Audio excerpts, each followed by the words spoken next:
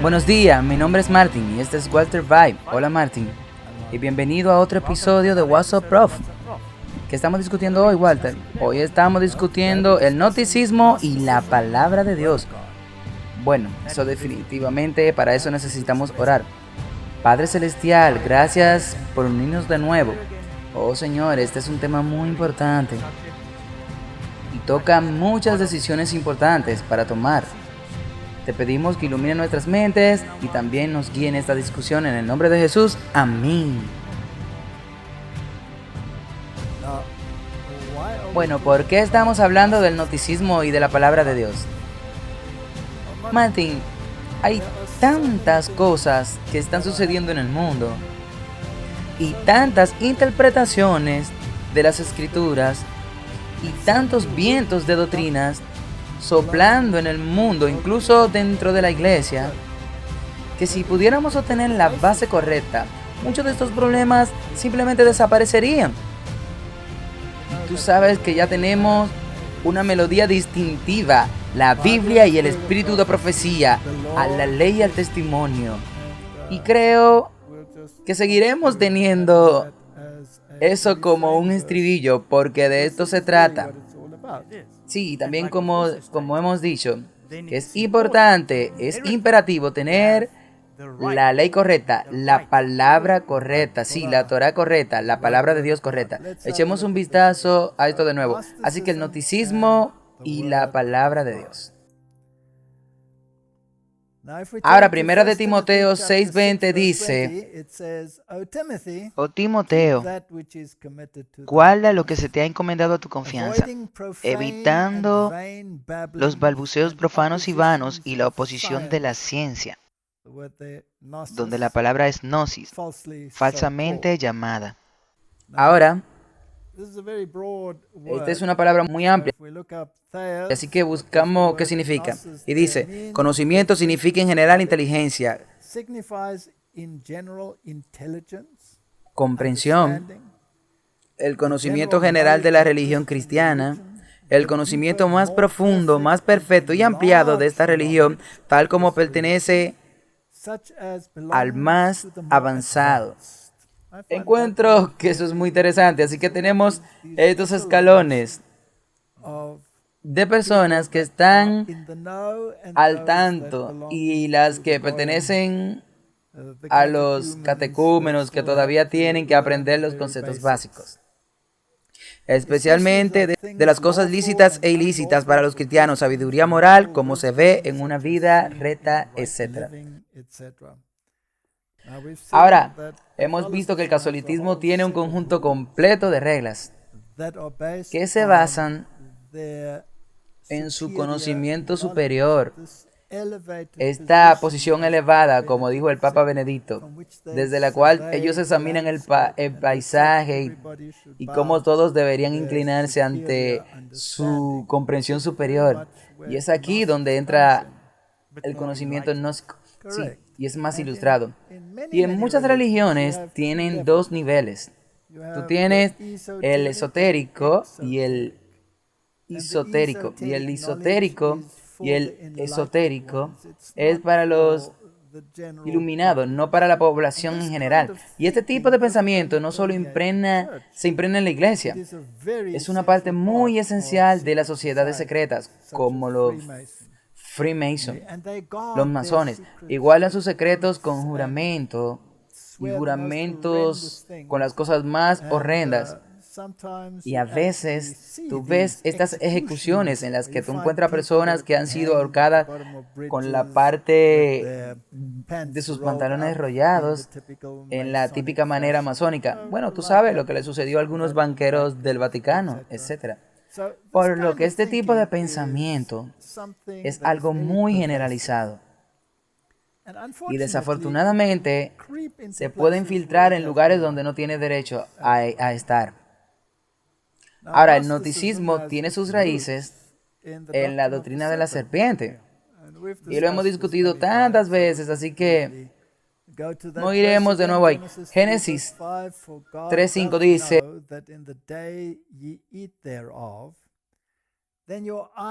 sino que sabe Dios que el día que comáis de él serán abiertos vuestros ojos y seréis como Dios, sabiendo el bien y el mal. Hemos hablado de eso antes, es que no iremos a grandes detalles. Y miremos lo que worldhistory.com dice. Es algo interesante. El agnosticismo es la creencia de que los seres humanos contienen un pedazo de Dios, el bien supremo o una chispa divina dentro de sí mismo. Esa es la doctrina de la serpiente, que ha caído del mundo inmaterial a los cuerpos de los humanos. Toda la materia física está sujeta a descomposición, pudrición y muerte. Esos cuerpos en el mundo material, creados por un ser inferior, son, por lo tanto, malos. Atrapados en el mundo material, pero ignorantes de sus estados, los pedazos de Dios requieren conocimiento. Aquí está la palabra gnosis. Para informarle de sus verdaderos estados de conocimiento, debe provenir de afuera del mundo material, y el agente que lo trae es el Salvador o el Redentor. Ahora, Martín, ese es un cambio clásico. El que trae este conocimiento de tu verdadero estado, de que eres realmente divino.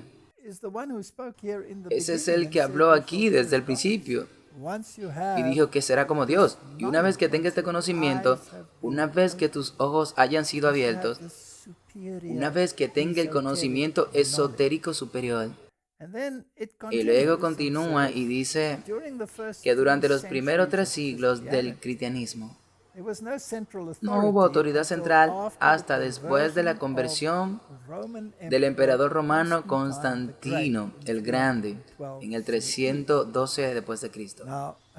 Ahora, como todos sabemos, el llamado don de Constantino a la Iglesia Católica Romana fue la proclamación de que ellos iban a ser los guardianes superiores de todo el conocimiento y la autoridad, lo que por supuesto es una farsa. La comunidad cristiana enseñó muchos puntos de vista diferentes. En el siglo II después de Cristo, algunos grupos, ahora denominados colectivamente cristianos gnósticos, afirmaban tener acceso al conocimiento secreto sobre la naturaleza del universo y la naturaleza de Cristo y lo que su aparición en la tierra significó para los creyentes. A mediados del siglo II, un grupo de líderes cristianos, referido retroactivamente como los padres de la Iglesia, Justin Martyr, Irenaeus, Tertulianos y otros, escribieron volúmenes contra otros cristianos gnósticos. Así que esta batalla estuvo desde tiempo muy temprano. Así que con Constantino, él ya había comenzado con Eusebio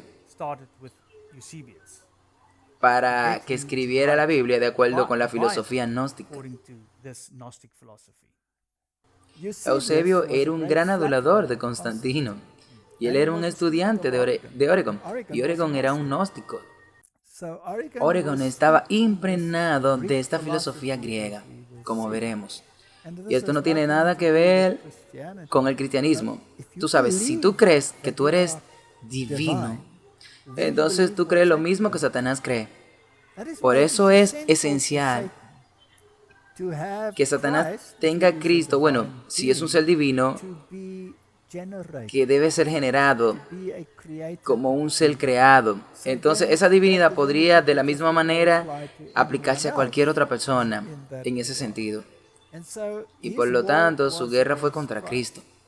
Y por lo tanto, no hay un comienzo real en esta forma de pensar. Y la Biblia es muy clara. En Génesis capítulo 1 dice, en el principio, Dios. Así que la Biblia nos dice que hubo un creador y que él hizo una creación.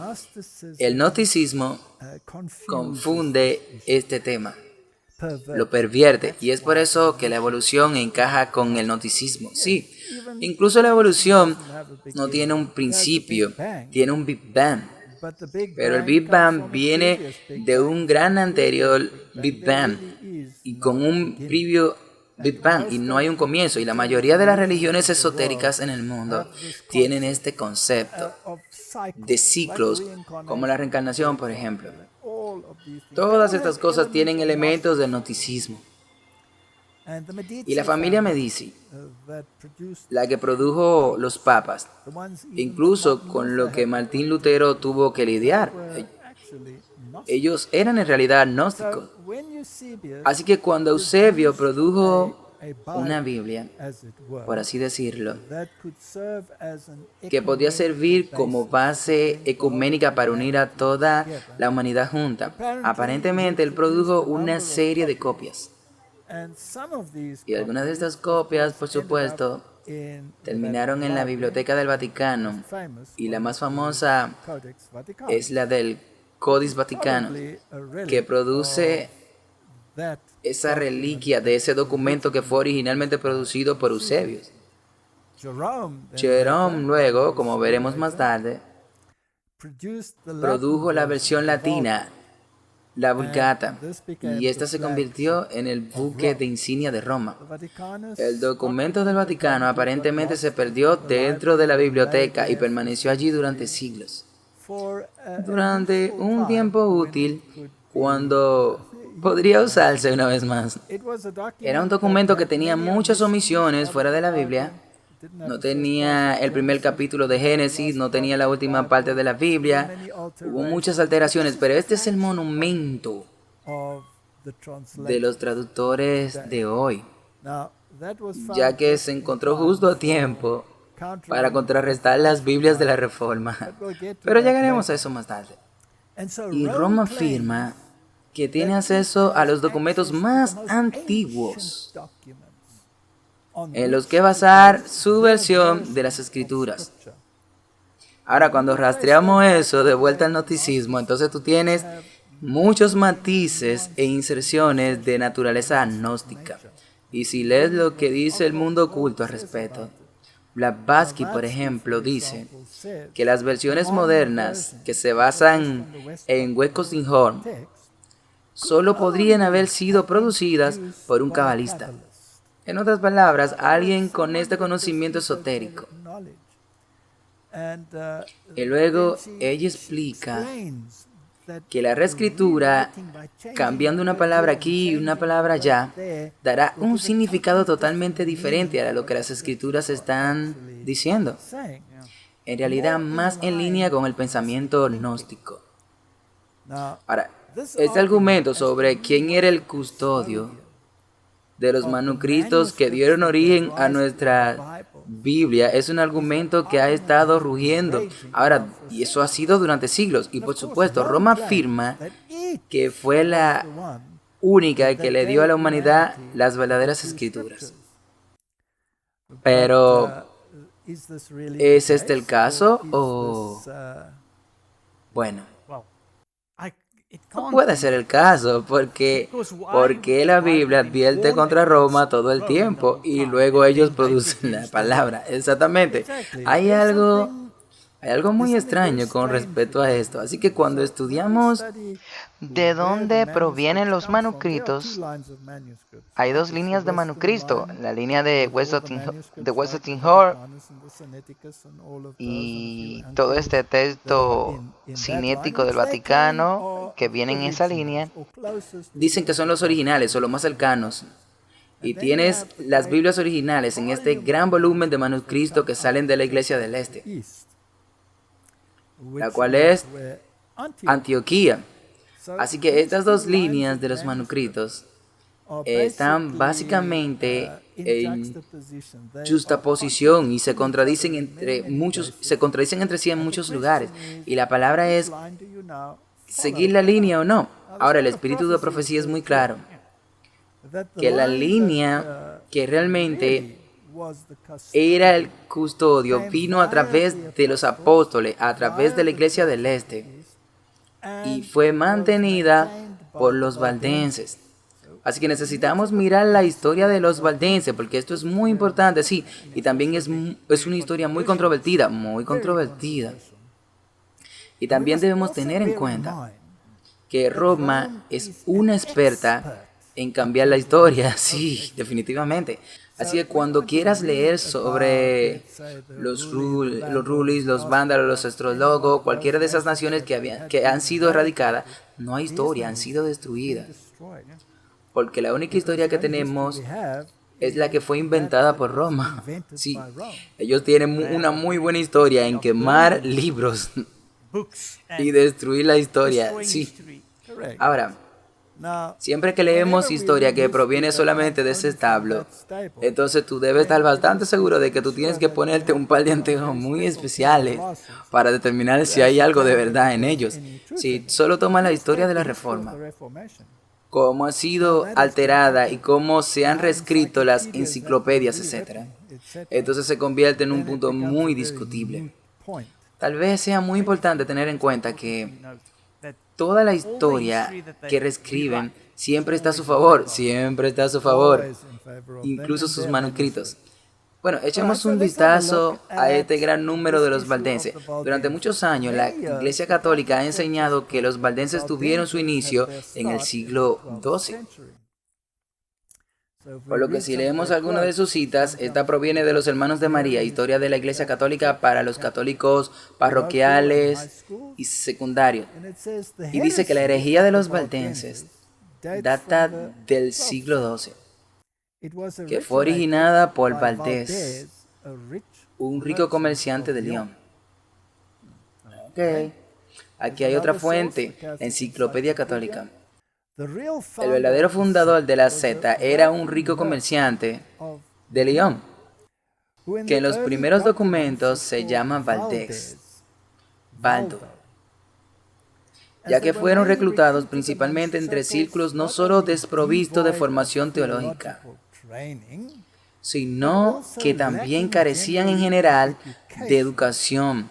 Era inevitable que este rol debe aprovechar sus enseñanzas e igualmente inevitable que en consecuencia las autoridades eclesiásticas deben de tener su trabajo evangelístico. Esta es una de esas declaraciones arrogantes y descaradas del catolicismo romano y sus plumas. Entre los errores doctrinales que propagaron fue la negación del purgatorio y de las indulgencias y de la oración por los muertos. Ahora, entonces somos herejes similares, Marty. Porque al menos yo estoy muy orgulloso de ser un hereje similar, porque ninguna parte de la palabra de Dios habla de esto. Así que aquí tiene esta típica, esta arrogancia teológica, este gran entendimiento, sí, esta forma de gnosticismo. Así que cuando estas personas afirman que tienen este conocimiento superior y esta formación teológica, si tienes que tener esta formación teológica para encontrar el purgatorio en la Biblia, o la indulgencia, o la oración de los muertos, tú tienes que ser un genio inventivo, porque eso no está en la Biblia. Así que esto es típicamente la forma en la que ellos piensan. Ahora, Martin, cuando ellos reescriben la historia, entonces es posible que algunas personas comiencen a creer esta historia sin la debida diligencia de investigación para demostrar lo contrario. Así que incluso dentro de nuestras propias filas, este sentimiento se hizo eco en un artículo de la revista Ministerial, donde insinúan que las declaraciones del conflicto de los siglos con respecto a los valdenses son incorrectas. No más que insinúan, sino lo están dando como un hecho. Documentos históricos declaran claramente que los valdenses no existieron durante 1000 años, como afirma Ellen White. Así que ellos están negando el espíritu de profecía aquí, claro. Ellos florecieron a partir del 1170 y dejaron de existir en 1532, así que nuevamente se están usando el argumento del siglo XII.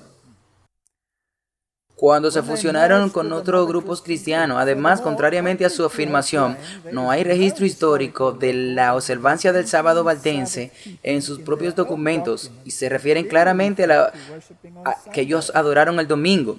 Esto viene de la revista de Ministerio en febrero del 2000.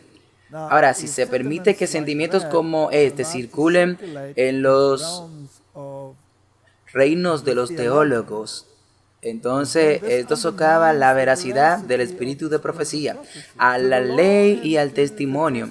Ese es nuestro versículo, ¿sí? Bueno, desde aquí en adelante solo puede ser una resbaladiza, sí, solo puede empeorar en este momento. ¿Es realmente así o no lo es? Aquí hay un artículo de Pierre Alès, algunos comentarios sobre la historia eclesiástica de las antiguas iglesias del Piamonte. Dios conservó su palabra en el Valle de Piamonte.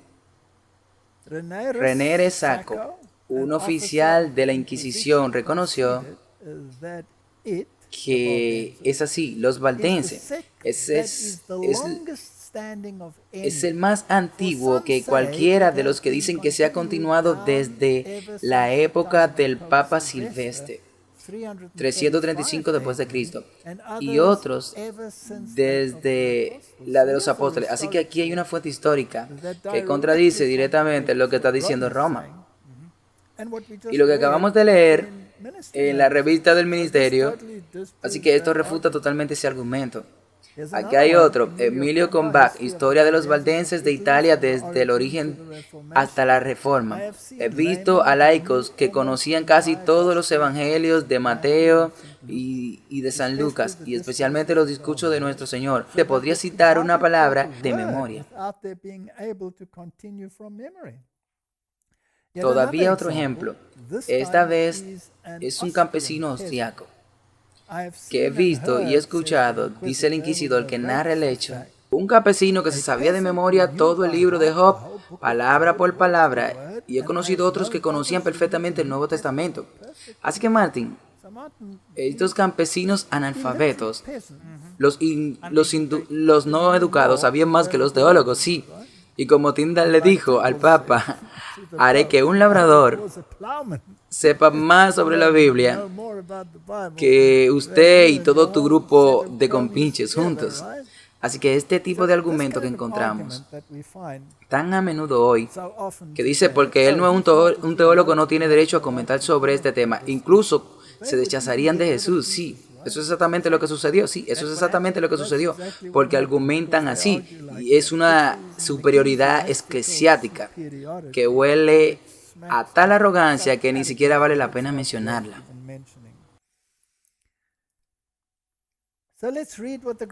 Así que leamos lo que el conflicto de los siglos tiene que decir. Así que de nuevo tenemos este pensamiento de algunos teólogos y veamos el espíritu de profecía. La fe que por muchos siglos fue sostenida y enseñada por los cristianos valdenses estuvo marcada en un contraste con las falsas doctrinas expuestas desde Roma. La creencia religiosa se fundó en la palabra escrita de Dios, el verdadero sistema del cristianismo. Pero esos humildes campesinos, en sus oscuros retiros, encerrados del mundo y encadenados a trabajar diariamente entre sus rebaños y sus viñedos, no habían llegado ellos mismos a la verdad en oposición a los dogmas y herejías de la iglesia apóstata. La suya no era una fe recién recibida. Esto es muy importante, exactamente. No es que ellos pensaron en esto. La creencia religiosa fue su herencia de sus padres. Ellos lucharon por la fe de la iglesia apostólica, una fe que una vez fue entregada a los santos. Y en esta asombrosa declaración, la iglesia en el desierto y no la orgullosa jerarquía organizada en la gran capital del mundo era la verdadera iglesia de Cristo, el guardián de los tesoros de la verdad que Dios ha encomendado a su pueblo para ser entregado al mundo. Así que de acuerdo con la declaración, ¿quiénes fueron los verdaderos custodios de la palabra de Dios? Los valdenses. Los valdenses fueron los que llevaron la palabra de Dios de verdad. Así que aquí tenemos dos clases de ideología en conflicto. Y hoy, si quieres estar en armonía con el pensamiento mundial, me temo que podrías terminar en el lado equivocado de este argumento. Por desgracia, sí. Así que tú te verás como un tonto a los ojos del mundo. Pero tendrás la verdad de tu lado si decides ir con ella. es el mismo tema de la teoría de la evolución. Sí, unos están en otro lado del argumento y otros están del otro lado del argumento. Ahora, la declaración que leímos de que no guardaron el sábado, si tú vas a las fuentes históricas, todas dicen definitivamente que guardaron el sábado, pero algunas personas van a leer lo que quieren leer.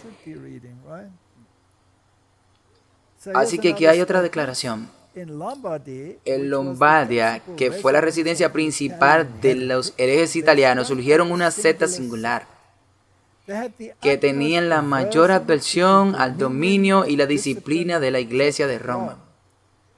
La observancia de la ley de Moisés en todo, excepto en las ofrendas y sacrificios, se abstuvieron de aquellas carnes cuyo uso estaba prohibida bajo la economía y celebraban el sábado judío. Esto proviene de la historia eclesiástica, antigua y moderna. Así que, Martin, hay fuentes que dicen que ellos sí guardaron el sábado, sí. Y en realidad hay muchas fuentes, mucho más antiguas que esta, que hablan incluso del siglo XVII, por lo que depende de lo que quieras leer y de lo que tú quieras transmitir y de lo que tú quieras poner en tu mente. Así que, Martin, he llegado a la conclusión de que si nos atenemos a la Biblia y al testimonio, nos mantendremos en el camino seguro.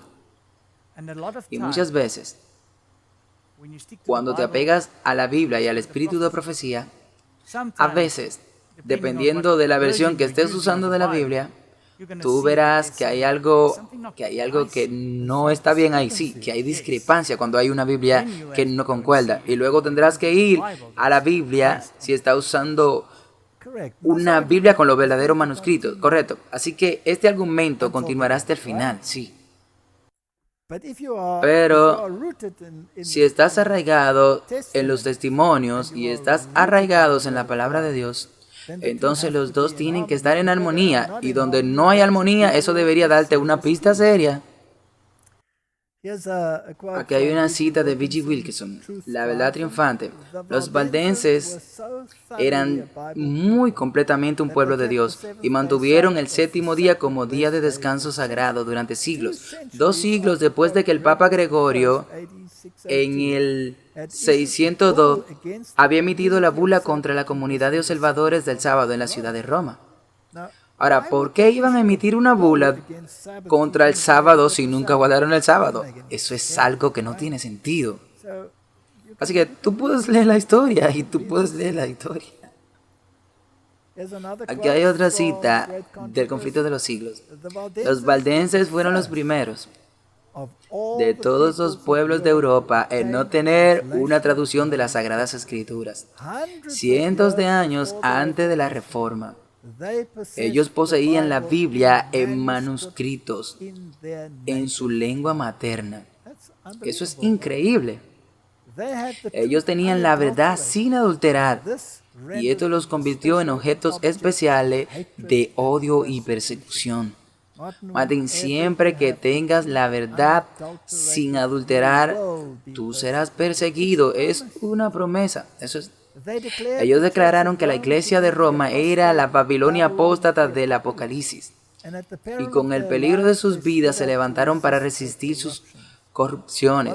Mientras bajo la presión de una larga persecución continua, algunos comprometieron su fe, cediendo poco a poco sus principios distintivos. Otros se mantuvieron firmes con la verdad.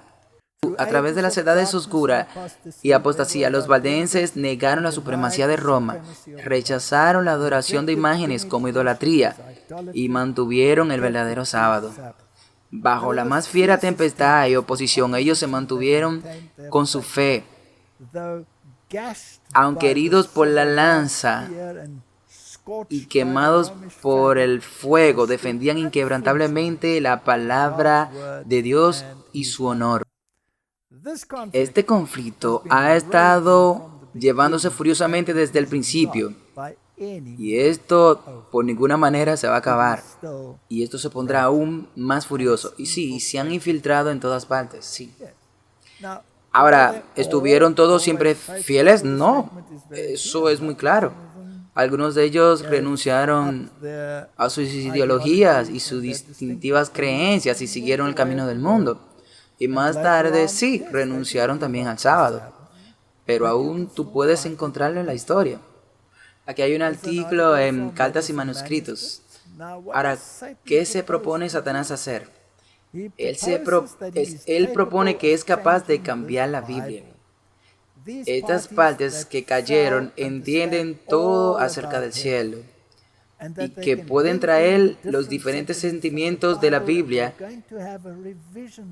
a tener una revisión, y verá que harán revisiones de la Biblia, pero cada uno de nosotros necesita pararse inteligentemente en la palabra. No podemos permitirnos ser descuidados. Debemos tener esa sencillez de piedad, que es una virtud para que nosotros podamos tenerlo. Así que, aquí de nuevo, es esencial que distingamos entre lo genuino y lo falso.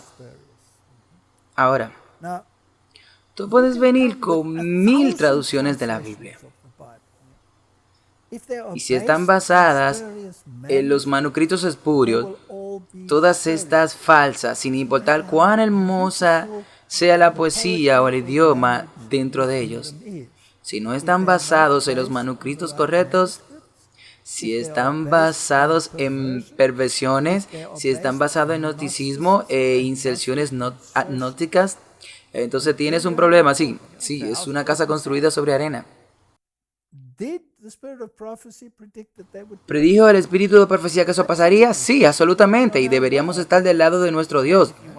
Bueno, y si tú quieres rastrearlo, lógicamente tenemos el espíritu de profecía, que hablan de los valdenses, que fueron los que trajeron la verdadera palabra de Dios, y que ellos tenían los manuscritos. Es interesante que los reformadores, incluso aquellos Genip y los más antiguos, usaron esos documentos de los valdenses para producir sus Biblias. Y por supuesto también usaron el texto recibido tal como fue elaborado por Erasmus. Ahora Lutero usó la Biblia valdense. Dios trabaja con personas en la experiencia de la vida y los guía paso a paso más y más. Dios no los deja donde los encontró por primera vez, ni la gente de Dios descansa contenta para quedarse donde Dios los encuentra. ¿Sabe qué es interesante, Martin? Que la Biblia dice que Dios nos recogió del muladar. Y es cierto, eso es cierto, no podemos negarlo. Y así fue con Lutero, que pudo haber comenzado por primera vez con la Biblia católica, pero cuando llegó el momento de producir una traducción de la Biblia, usó la Biblia del templo, una Biblia valdense.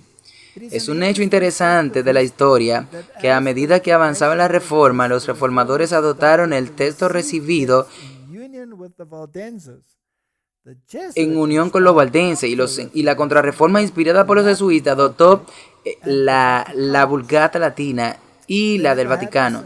Aún no tenían el texto cinéticos. Eso fue encontrado en 1844 en un lugar, en un cubo de basura. Pero esa es una historia diferente. Por lo que esta cita proviene de Texture, Asalto al Remanente. Y es un libro muy interesante, por cierto. Así que el gnosticismo me parece que es la raíz de muchas de nuestras versiones bíblicas modernas. Aquí hay una cita de Albert Henry Newman, un manual de la historia de la Iglesia. En las grandes controversias cristológicas del siglo IV, Alejandría y Antioquía fueron siempre antagonistas. Alejandría representó un trascendentalismo místico y promovió la interpretación alegórica de las Escrituras. Antioquía, insistiendo en la interpretación gramática, en la historia gramática de esa escritura y no sintiendo simpatía por los códigos místicos de pensamiento. Ahora, Pablo enseñó en Antioquía y le escribió a su amigo Timoteo que no tenga nada que ver con lo gnóstico, sí, con la gnosis, nada que ver con la falsa llamada ciencia. Así que aquí tú tenías a estos escribas en el siglo 4. Usando documentos de Oregon y produciendo manuscritos, que ahora son los bosques de insignias de las Biblias modernas que se están produciendo ahora. Y Westcott Hall, por supuesto, basó su documento en su texto griego, que en realidad viene del Vaticano, al que ellos llamaron un océano de pureza. Tú sabes, no sé en qué océano estaba, pero me parece más un océano contaminado que eso. Y de todos modos, bueno, déjame poner esto. Esto viene del lado de Alejandría. Oregon era de Alejandría. Sí. Y Westcott Hall eran jesuitas que salieron del armario, no hay duda al respecto de eso. Y el cardenal Newman. Y es interesante que este movimiento de Oxford más tarde, cuando trajeron el catolicismo a la iglesia de Inglaterra nuevamente, el cardenal Newman repartía estos pequeños tratados y la gente sospechaba y decía, sospechamos que este hombre es un jesuita encubierto. Entonces él desproticaba y entonces empezaba a criticar al Papa y escribía artículos sobre el papado, que era el anticristo, y luego todo se calmaba y algunos decían, bueno, a lo mejor esta copia no sea tan mala. Y entonces cuando ese cardenal terminó el trabajo, volvió y se convirtió en cardenal católico. Aquí hay un artículo de Martin Klein, "The books magnify the word or the name". La iglesia cristiana primitiva tenía su sede en Antioquía, no en Alejandría. De hecho, Alejandría era el centro de la filosofía pagana del gnosticismo, la que hoy llamaríamos espiritismo o ocultismo. Curiosamente, los manuscritos alejandrinos son realmente manuscritos católicos. Los dos manuscritos principales de Alejandría son el Códice del Vaticano y el Códice Sinético. El Vaticano se llama así porque fue descubierto en la Biblioteca del Vaticano alrededor de 1475, justo a tiempo para contrarrestar la Reforma Protestante. El Códice Sinético recibió su nombre por su descubrimiento en el tradicional monte Sinaí, en un monasterio católico. Ahora algunas personas dirán, ese no es un monasterio católico, ¿verdad? Este es un monasterio ortodoxo, pero si vas a sus raíces, probablemente fue un monasterio católico, exactamente, y comenzó en la época de Justiniano. Así que hay mucha historia interesante allí. Ahora, una de las Biblias, Martín, en la que confían mucho, es la traducción de la antigua Biblia hebrea al griego. Ahora, esa se llama la Septuaginta. Acorde con la leyenda, llamémoslo leyenda, habían 70 escribas que fueron convocados para producir esta traducción y lo hicieron en un periodo de tiempo muy corto. Y por eso se llama la Septuaginta o el XXC, que es 70, pero aparentemente hubo 72, sí. También hay una controversia sobre eso. Se llama la traducción de los 70, pero eran 72 traductores, sí. Ahora, esta traducción está causando mucha consternación porque revuelve totalmente las fechas que tú encuentras en el texto masorético, por ejemplo, y la que están en armonía con el espíritu de profecía. Pero los teólogos aman la Alesex. Así que leamos algunas a partir de este libro, esa magnífica palabra, por encima de todo, y el nombre de la Septuaginta. Bueno, de nuevamente, los manuscritos que tú leas determinarán la forma en que tú crees. Es así. Así que el único lugar donde tenemos un registro de la Septuaginta es en los escritos de Oregon.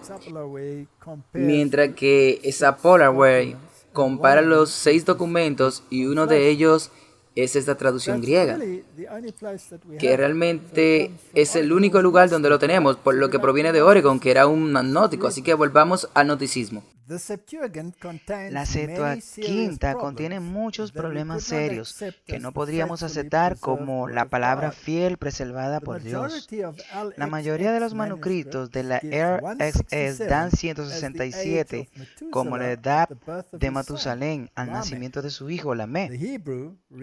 El hebreo dice 187, Génesis 5:25. Sin embargo, si Matusalén tenía 167 en el nacimiento de Lamé, Lamé tenía 188 en el nacimiento de Noé, y Noé 600 en el diluvio, como se registra en la RSS. Matusalén habría tenido 955 en la fecha del diluvio. Dado que vivió hasta los 969 años, la vida útil dada en ambos, la RSS se enreda en el asunto de hacer que Matusalén sobreviviera a la inundación por 14 años. El constructor del esquema en la RSS alarga la cronología de los patriarcas después del diluvio en 720 años. También gradúa la duración de la vida de los patriarcas a lo largo de todo el registro, tanto antes como después del diluvio. El curioso caso de las tres secciones, como la de Noé, Cainán, cuya vida supera la de su padre en solo 5 años, y Rehub, cuya edad a su muerte es la misma que la de su padre. Todos los patriarcas de Adán a Abraham están hechos para morir unos años más joven que su padre. ¿Podría haber algo más manifiestamente artificial en esto? Esto habla de algunos vínculos que faltan y no hay evidencia de que la Alex, aparte de lo que encuentra en los escritos de Oregon. Y tal vez solo quiera decir que si tú quieres basar tu cronología en la de la Alex A, no creo que va a ser muy exitoso. Sí, exactamente. Y es por eso que siempre tenemos esta gran controversia sobre si la Tierra tiene alrededor de 6,000 años o si tiene hasta 100,000 o cualquier otra edad intermedia. Si te apegas a la Biblia, el espíritu de profecía, y cuando digo Biblia me refiero a los manuscritos que han sido aceptados como la fuente original y que resultan estar en armonía con el espíritu de profecía. Así que si continuamos leyendo, dice que la Septuaginta de Alex es como tiene muchos enlaces desaparecidos en la evolución. Todo el mundo asume que está allí en algunas partes, pero parece que nadie puede encontrarlo. Recuerde que se supone que la Septuaginta es una traducción griega del Antiguo Testamento hebreo, de alrededor del 250 a.C., del cual Jesús se retiró. Bueno, y eso se probó que es falso en la página 90, cuando estuvo en la tierra. Sin embargo, cuando alguien te cite de la Septuaginta de hoy, en realidad está citando los textos sináticos del Vaticano del siglo XIV, como mínimo, porque no han encontrado el del 250 a.C., el manuscrito no lo han encontrado. Es el antecesor mítico de los sinaíticos y vaticanos que todos asumen que está ahí y que nadie puede encontrar. Así que la Iglesia Católica capitalizó la carta falsificada de Aristea y su historia de la Septuaginta para dar validez a sus manuscritos griegos corruptos, haciéndolos sonar como si fueran copias de la Biblia que Jesús usó. Ahora, una vez que tú empiezas a entender estas cosas, particularmente tú tienes que saber que esto es falso y ha sido interferido por estos actos críticos. Esencialmente, la Septuaginta anterior es la quinta columna del Esapla de Oregon, o las 6 columnas bíblicas alrededor de 245 después de Cristo. El único manuscrito significante descubierto son los del Mar Muerto. Ciertamente ellos no se consideran copias de la Septuaginta, más bien apoyan el texto mayoritario. Esta pregunta siempre trae rabia. Mientras tengamos personas que consideran que el texto crítico pertenece exactamente a un grupo de élites de creyentes y que simples personas como los valdenses no tenían derecho en la teología. Leemos en textura salto al remanente, en contraste con la Biblia valdense pura y sin adulterar de los valdenses. Eruditos como Elvidius y Vigilantius no solo rechazaron de plano la Vulgata latina de Jerónimo, sino que expusieron la predilección de Jerónimo por la crítica textual de Orígenes y Eusebio. Así que ahora volvemos a la fuente otra vez. Orígenes era un agnóstico y cambió muchos de los versos para adaptarlo a su gnosticismo. Jesús tuvo que ser degradado y el humano tuvo que ser elevado, y la centralidad de Cristo, la divinidad de Cristo, todas esas cosas tenían que ser disminuidas. Esta es la doctrina de la serpiente. Así como Eusebio produjo un texto griego rival para Constantino, rival de la Vulgata griega, que era el básico para la Biblia valdense primitiva. Ahora, no confunda la griega con la Vulgata latina. La Vulgata griega viene de la familia del este, y la otra viene de Antioquía, que era lo básico para la Biblia valdense. Así que Jerónimo produjo la Vulgata latina, que era la rival de la Biblia valdense, latina antigua. Entonces, ¿por qué le dicen Vulgata? Porque Vulgata significa la lengua de la gente, la lengua del pueblo. Jerónimo era un admirador de Eusebio, al igual que Eusebio lo era de Orígenes. Aquí había una conexión agnóstica. En gran parte a través del trabajo de estos tres hombres se sentaron base para la Biblia de Roma y para la mayoría de las versiones modernas que existen hoy. Así que cuando usted ve la traducción de la Biblia que los protestantes usaron, por ejemplo, Martín Lutero usó el texto recibido, Tyndale usó el texto recibido, los escritos que salieron de Ginebra usaron el texto recibido, ellos usaron la Biblia valdense. Cuando se tradujo la King James, se usaron el texto recibido, ellos usaron la Biblia valdense, que también para traducir estos textos. Roma estuvo furiosa. Luego, ellos comenzaron a decir que Roma obviamente estaba en contra de la Biblia, pero Roma luego contó y dijo, no, estamos en contra de la versión protestante de la Biblia. Y hoy, Martín, es tan triste ver que muchos de los teólogos, incluso en nuestras propias filas y en nuestras propias universidades, favorecen los documentos que salen del establo de Roma, lo cual es totalmente contrario a lo que el espíritu de profecía dice. Echemos un vistazo a algunos ejemplos. Daniel 8:14, este es un texto muy clave. Y me dijo, hasta 2300 tardes y mañanas, entonces será purificado el santuario. Es el texto más importante para la iglesia adventista. Este es el origen de todo este movimiento. Ahora, si tomamos las versiones modernas como la NIV, ellos lo cambian.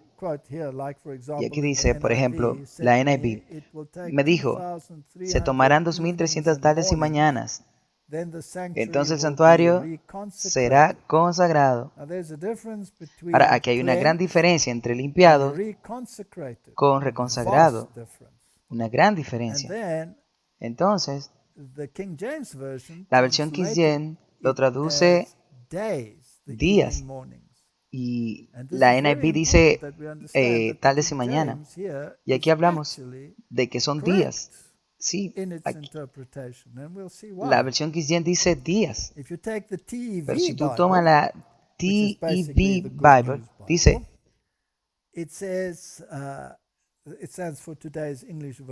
aquí ellos dicen que son la mejor versión en inglés. Ellos dicen, escuché otro ángel responder, continuará por 1150 días, durante los cuales no se ofrecerán sacrificios de la tarde y la mañana. entonces el templo será restaurado. Así que nuevamente es similar a la reconsagrada, pero han reducido la mitad de los números de días. Ahora, la razón por la que hicieron eso, Martin, es porque dice la tarde y la mañana, que no se refieren a un día, como la King James lo tiene aquí. Ellos dicen que eso se refiere a los sacrificios vespertinos y matutinos, por lo que hay 2.300 sacrificios vespertinos y matutinos que harían 1.150 días, y eso se eliminaría 1.844, sí, lo desaparecería.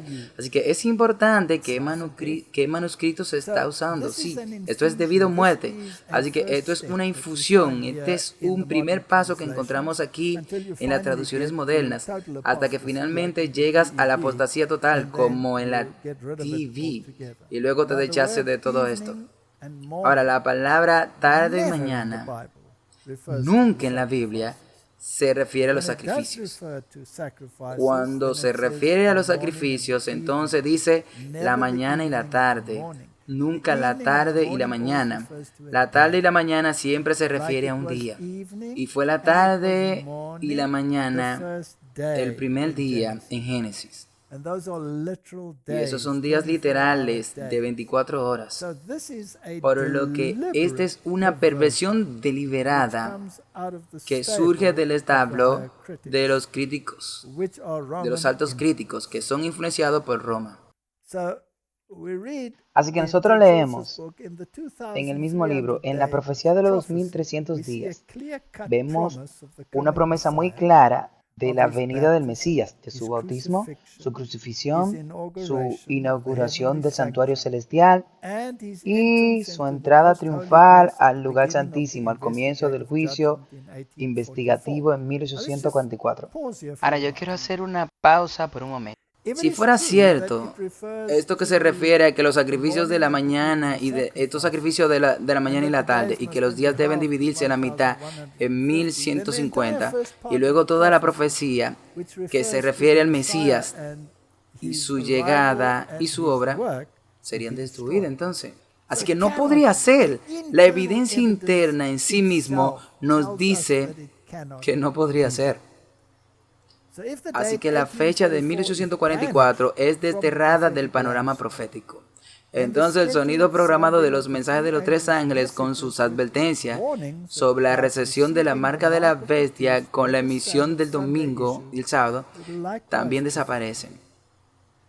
Nunca se podría llegar a la fecha del 1844 usando alguna de las versiones modernas. Muchos eruditos modernistas razonaron que los 2300 días de Daniel 8:14 son en realidad 1150 días desde las 2300 tardes y mañanas, y es una referencia a los sacrificios vespertinos y matutinos.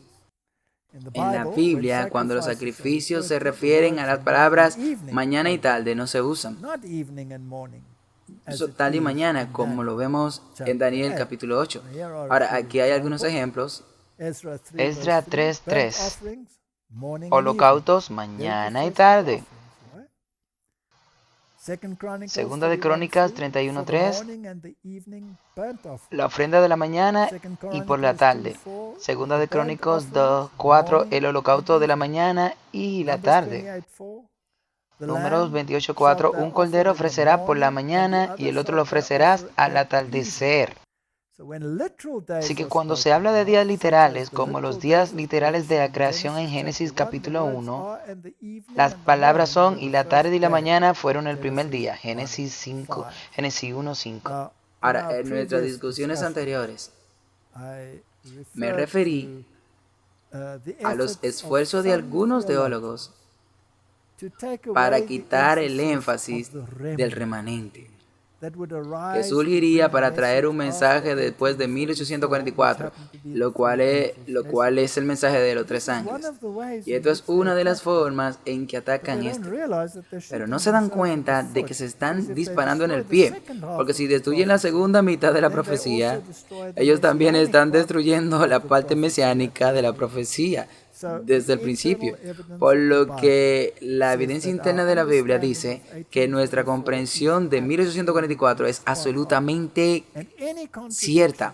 Y cualquier contradicción no solo contradice la evidencia interna de la Biblia, sino que contradice el espíritu de profecía también, a la ley y al testimonio. Si ellos no hablan de acuerdo con estas palabras, no hay luz en ellos. Aquí hay otro versículo muy interesante, Martín. Y leemos en Hebreos 9:27. Y como está establecido para los hombres que mueran una vez, y después de esto, que venga el juicio. Hebreos 9:27 en la Nueva Versión Internacional. Esta gente está destinada a morir una vez y después de eso para enfrentar el juicio. Ahora, Martín, hay una palabra que falta aquí y esa palabra es Él, que está en negrita aquí en la versión King James. Ahora tú sabes que Blavatsky dijo, bueno, solo alteraremos una palabra aquí. Y Westcott y Hall hicieron lo mismo. Dijeron que podían cambiar todo el significado de las escrituras. El hombre no solo de pan vivirá, sino de cada palabra que procede de la boca del Señor. Ahora, esa palabrita que ellos han quitado está en el Evangelio de Lucas y el Evangelio de Mateo, y por supuesto es una cita del Antiguo Testamento. Ahora ellos dicen, ¿cuál es tu problema con esa palabra Él? Sí se ha ido, pero la Biblia dice claramente que por 2 o 3 testigos se establecerá cada palabra. Si tú remueves el segundo testigo del Nuevo Testamento, entonces tienes un problema. Y está hecho de manera muy inteligente, sí. ¿Y por qué eliminan esa palabrita? Ahora, leamos lo que ellos mismos dicen. Cuán cuidadosamente han pensado esto. ¿Y por qué eliminaron la palabra Él? Bueno, preguntémosle. El Canon Ferrar, compañero del Club de los Apóstoles, con Westcott y Hall y esta sociedad deliberada, afirman que esta omisión fue deliberada. Y aquí está su cita. En la omisión de ese pequeño artículo no autorizado de la versión autorizada por los revisores se encuentra nada menos que una doctrina que de la existencia de un estado intermedio.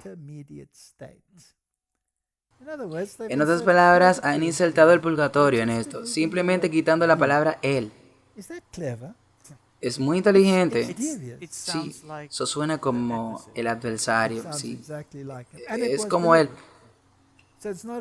Así que esto no es un desliz. Así que, Martín, ¿te gustaría confiar en documentos que tienen omisiones de la Biblia o intercesiones liberales en ellos? Para nada.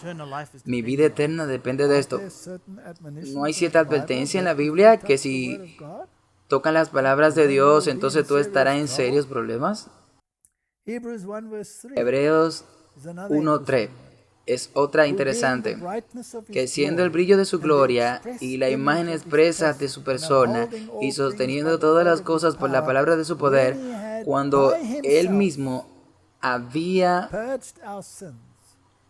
purgado nuestros pecados a la diestra de la majestad en lo alto. Esa es la versión King James. Ahora la versión internacional dice, y la NLT y todas las Biblias que andan por ahí, omite la palabra por sí mismo. ¿Por qué?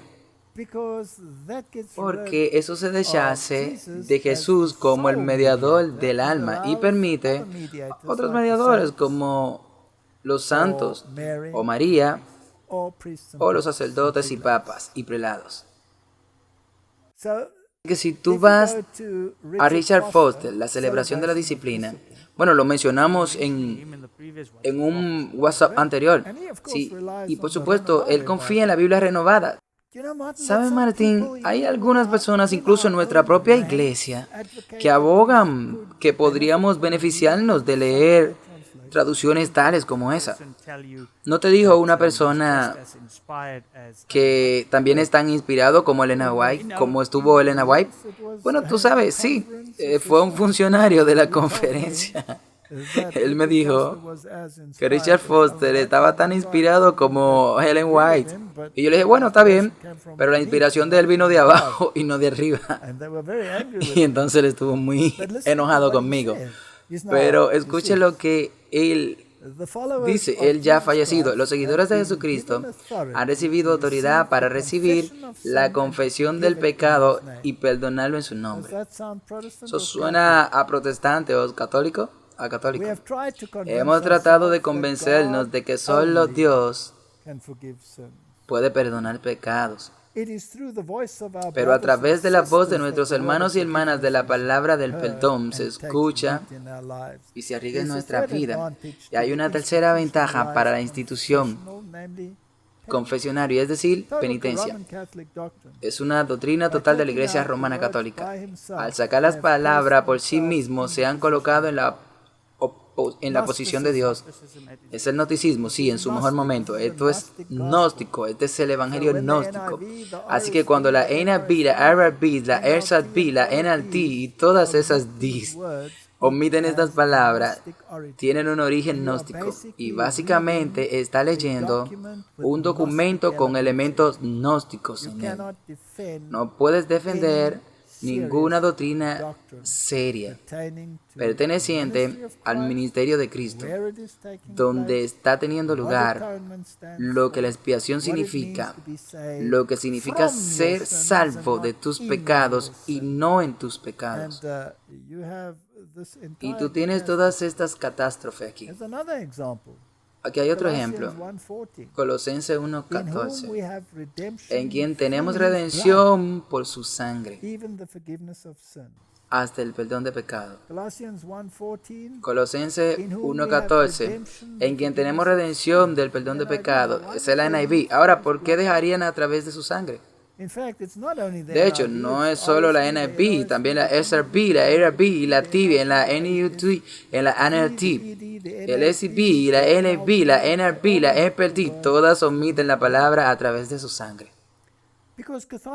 Porque el catolicismo enseña que tú no eres salvo por la sangre del Cordero, tú eres salvo por las buenas obras.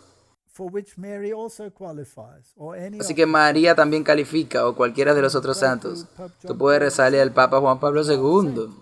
Él también es un santo, el Papa Juan Pablo II. Si recuerdas a Trump y su esposa, ellos se inclinaron y oraron ante la estatua del Papa Juan Pablo II. Pero si tú lees Levítico 17:11, dice que la vida de la carne está en la sangre, y yo te la he dado sobre el altar, para hacer expiación por sus almas, porque es la sangre la que hace una expiación por el alma. Solo porque Roma tiene un evangelio invertido, no significa que tenga que leerlo en las Escrituras. Así que es importante qué manuscritos tú usas. Definitivamente es importante. Tú vas a chocar contra una pared muy pronto cuando estés usando estos manuscritos corruptos. He estado en la alfombra sobre este tema tantas veces. Te dije en mis historias, en los últimos WhatsApp, que esa es una de las razones por las que estaba prohibido en Alemania. Hay literalmente decenas de libros que se han escrito sobre este asunto. Tengo un estante completo lleno de ellos en mi oficina. Y Martin, los leí todos, cada uno de ellos.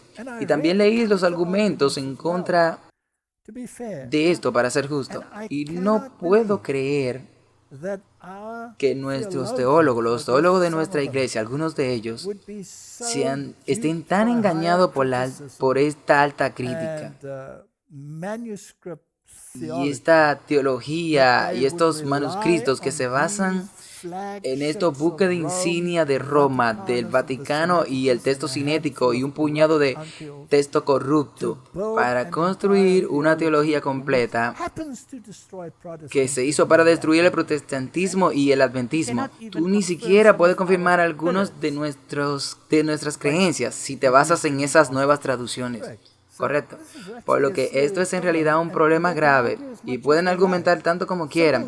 La lógica simple le dice que la fuente del manuscrito es la única que crea el problema. En primer lugar, tú puedes tener miles de traducciones basadas en manuscritos falsos. Y tú puedes decir que esta es la palabra de Dios. No, tú no puedes decir eso. Nada que contradizca el resto de la Biblia y el espíritu de profecía. Bueno, leemos en Patriarcas y Profetas. Por la obediencia, la gente debía dar evidencia de su fe, para que todos los que esperaban ser salvos por los méritos de la sangre de Cristo deben darse cuenta de que ellos mismos tienen algo que hacer para asegurar su salvación. Por los méritos de la sangre de Cristo. Este es un pilar central de la salvación. Mientras que solo Cristo puede redimirnos del castigo de la transgresión, debemos volvernos del pecado a la obediencia. Sabes, estas doctrinas, nosotros no podemos obedecer esta doctrina, que hace que todo el evangelio sea obsoleto cuando Jesús dice, vete y no peques más. Obviamente, te está diciendo que si tú te vas y pecas más, entonces sufrirá la pena. Esto no tiene sentido. El hombre será salvo por fe, no por obra, pero su fe debe ser demostrada por sus obras. Dios ha dado a su Hijo a morir como propiciación por el pecado. Ha manifestado la luz de la verdad, el camino de la vida que ha dado facilidad y ordenanza y privilegios. Y ahora el hombre debe cooperar con esta agencia salvadora. Debe apreciar y usar las ayudas que Dios ha provisto. Creer y obedecer todos los requerimientos divino a la ley y al testimonio. Martín, aquí hay otro verso muy interesante, y este es Daniel 7:22. Y si lee, hasta que llegó el anciano de días, y se dio el juicio a los santos del Altísimo, y llegó el momento en que los santos poseyeron el reino. La versión King James. Ahora, Martín, esto está absolutamente en armonía con la evidencia interna de la Biblia y con el espíritu de profecía. Las nuevas traducciones, como la nueva King James y la NIV, traducida de la siguiente manera: hasta que llegó el anciano de días y se hizo el juicio a favor de los santos del Altísimo. Y llegó el momento de que los santos del Altísimo posean el reino. Ahora, hay una gran diferencia entre a favor de ellos, de los santos del Altísimo, y el juicio dado a los santos del Altísimo, sí. La nueva versión internacional dice, hasta que vino el anciano de día y pronunció juicio a favor del pueblo del Altísimo. Bueno, aquí habla. Y llegó el momento en que poseyeron el reino. Bueno, aquí tienes dos traducciones modernas que lo traducen de manera diferente al Rey King James.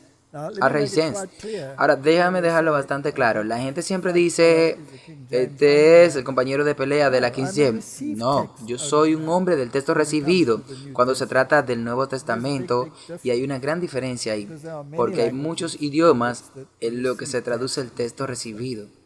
Pero desafortunadamente luego tienes una traducción como la nueva del Rey King James, que se basa en el texto recibido y sigue en este incidente particular de los manuscritos incorrectos.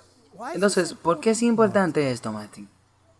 Bueno, tú puedes ver que el espíritu de profecía alinea claramente este texto con lo que leemos en el libro de Apocalipsis, donde cuando Cristo venga, los libros serán entregados para verificación a los santos. ¿No sabes que los santos juzgarán el mundo?, dice Pablo. Así que ella aplica esto al fin del mundo. Mientras que si tú lo lees como lo tiene la nueva traducción, entonces esto se refiere a la investigación que tiene lugar antes de la venida de Cristo. Ahora, desafortunadamente, incluso algunas de nuestras propias Biblias de estudio usan a este nuevo King James, que está mal, y lo aplican a esa investigación y no a la venida de Cristo, a pesar del hecho de que el espíritu de profecía lo aplica a la venida de Cristo. Leámoslo.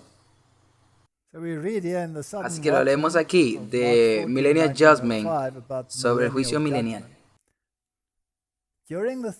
Durante los 1000 años entre la primera y la segunda resurrección, el juicio tiene lugar de los malvados. Daniel declara que cuando llegó el anciano de días, se dio el juicio a los santos del Altísimo. Esta cita está en Daniel. En este tiempo los justos reinan como reyes y sacerdotes para Dios. Juan dice que él vio tronos y se sentaron sobre ellos y se les dio juicio. Ellos serán sacerdotes de Dios y de Cristo y reinarán con él 1000 años. En este momento, como lo predijo Pablo, los santos juzgarán al mundo.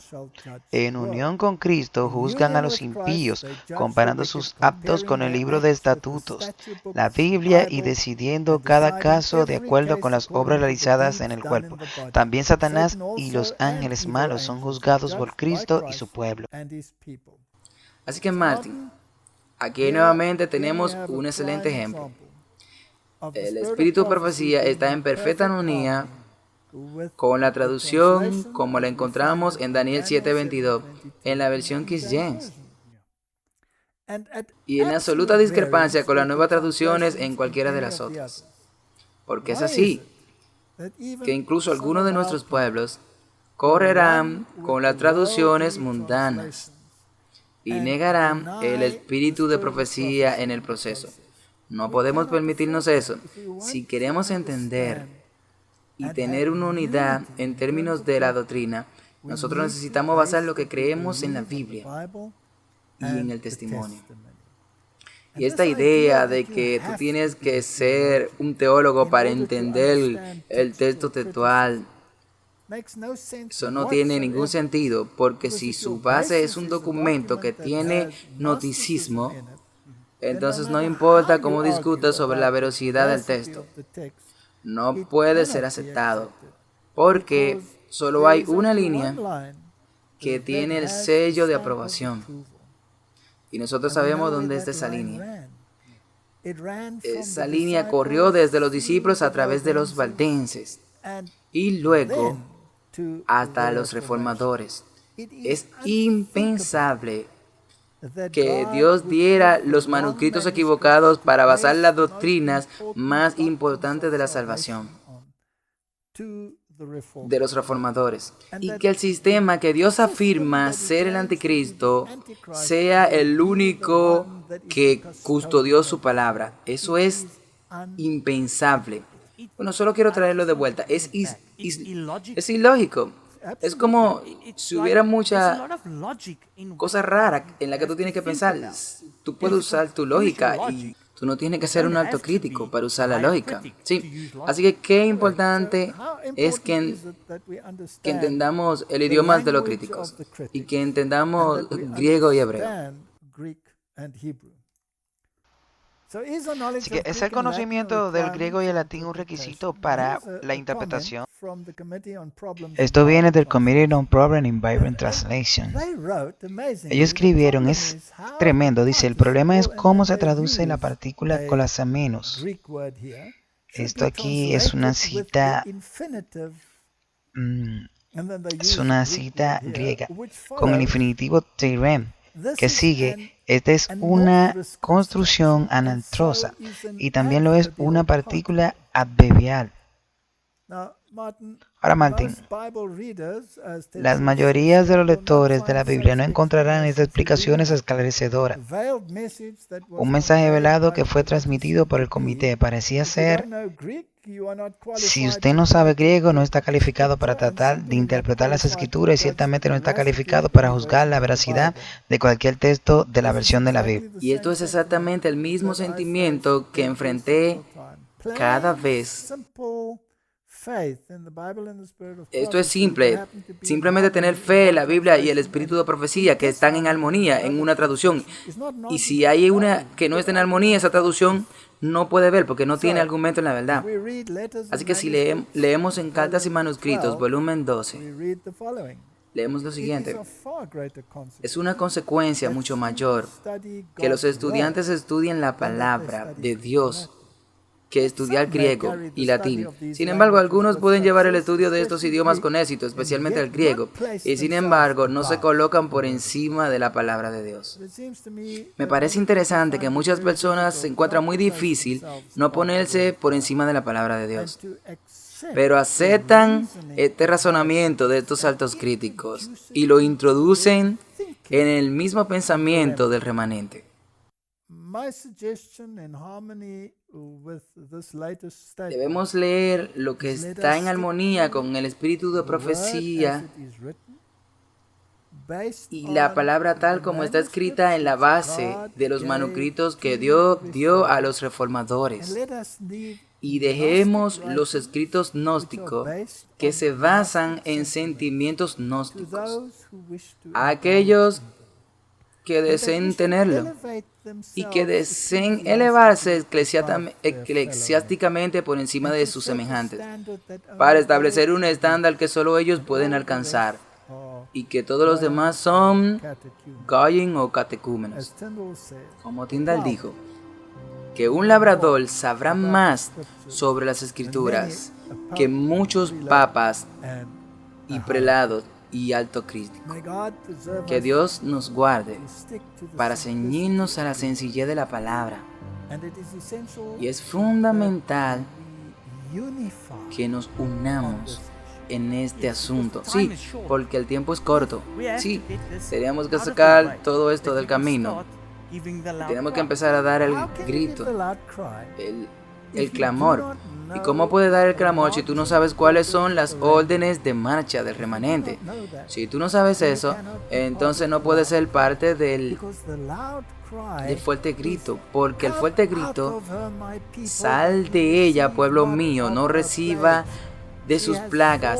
Ella ha caído. Y los mensajes del tercer ángel, no acepte la marca de la bestia. Si tú no lo crees, si tú no crees lo que la Biblia y el Espíritu de Profecía dicen sobre estos temas, entonces te perderás en el lodazal. Unámonos en lo que entendieron los pioneros, lo que ellos hicieron parte de su doctrina y los que ellos nos entregaron como herencia al pueblo de Dios en base a la palabra y el espíritu de profecía. Es ahí donde están nuestras órdenes de marcha. Que Dios nos dé sabiduría para unificarnos en eso, en lo que se ha establecido a través de la oración y el estudio. Y no solo lo aceptemos porque ellos lo dijeron, sino que verifiquémoslo por nosotros mismos e internalicémoslo, y luego podremos tener una voz unificada. Vamos a orar. Padre Celestial, ayúdanos a entender que tú nos has dado un consejo especial para los tiempos en que estamos viviendo. Oh Señor, si lo dejamos de lado y corremos con esta alta crítica y lo ponemos todo en la balanza y hacemos muchas cosas sin efecto, ¿cómo podemos tener unidad? Oh Señor, danos unidad en la verdad y no unidad en la especulación y el error. Es mi oración en el nombre de Jesús. Amén. To subscribe to our channel, click here. To get notifications, click on the bell. To watch the next video, click here. Thank you, and we'll see you again.